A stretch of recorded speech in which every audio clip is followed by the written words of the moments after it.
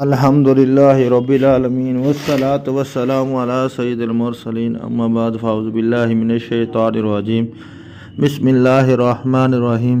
حضرت عائشہ صدیقہ سے روایت ہے کہ میں نے رسول اللہ صلی اللہ علیہ وآلہ وسلم سے اس لڑکی کے بارے میں سوال کیا جس کے گھر والے اس کا نکاح کرتے ہیں، کیا اس سے اجازت لی جائے گی یا نہیں؟ تو رسول اللہ صلی اللہ علیہ وآلہ وسلم نے ارشاد فرمایا لی جائے گی۔ حضرت عائشہ نے کہا میں نے عرض کیا کہ وہ حیا کرے گی، تو رسول اللہ صلی اللہ علیہ وآلہ وسلم نے ارشاد فرمایا جب وہ خاموش رہی تو اس موقع پر تو یہی اس کی اجازت ہے۔